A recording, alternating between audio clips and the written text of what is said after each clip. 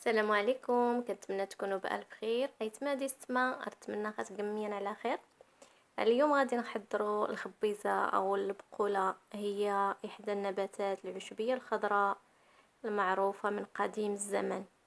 تابعوا معايا المقادير وطريقه التحضير.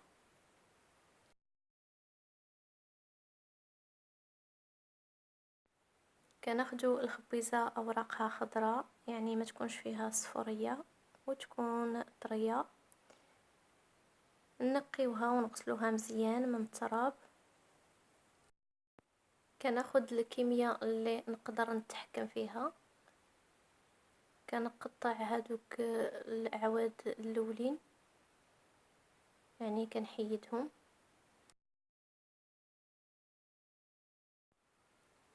كنقطع البقوله رقيقه، يعني كل ما كان السمك ديالها رقيق كان احسن.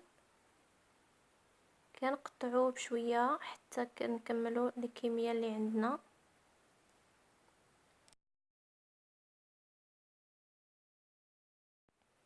اما بالنسبه للشرموله ديال البقوله فكنحتاج نصف ملعقه ديال الابزار، نصف ملعقه صغيره ديال الزنجبيل، ملح، ملعقه ديال الخرقوم، ملعقه صغيره ديال الكمون، 4 فصوص ديال الثوم محكوكين، نصف حامضه مرقده مقطعه طريفات، ربيع القزبور ومعدنوس، 2 مطيشات محكوكين، بصله محكوكه والزيتون.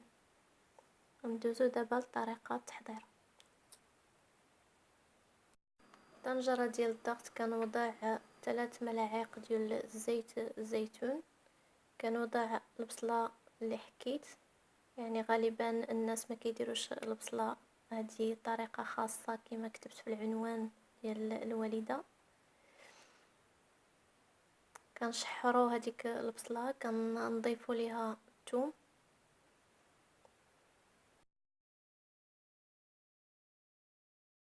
كنضيفوا ليه 2 حبات ديال المطيشه محكوكين، وكنضيف التوابل: ابزار، زنجبيل،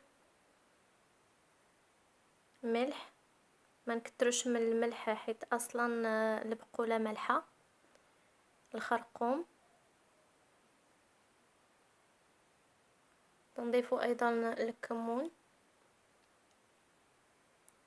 نضيف الربيع، الحامض،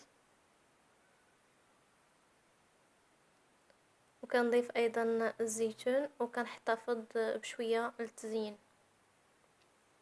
كنخلط هاد العناصر كامله.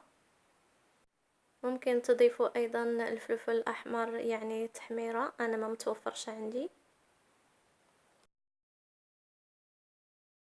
ثم كنضيف البقوله،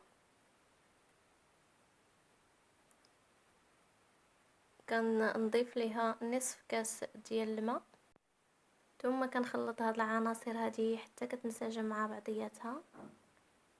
النصيحه اللي ممكن نعطيكم: ما تبخروهاش وما تسلقوهاش، لحقاش كتمشي منها الفوائد الغذائيه.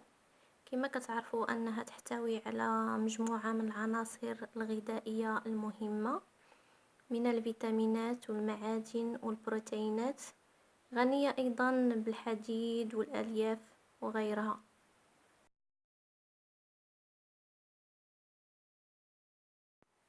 غادي نضيف ايضا الفلفله حاره، كتبقى اختياري، انا نسيت ما قدمتهاش مع المقادير. كنسد عليها الطنجره حتى كنسمع الصوت ديال الصفاره، ثم كنحسب 15 دقيقه وكنطفي عليها. البقوله او الخبيزه ها هي وجدات. زينتها بالزيتون والفلفله والشريحه من الحامض. كنتمنى نال الاعجاب ديالكم، والى اللقاء.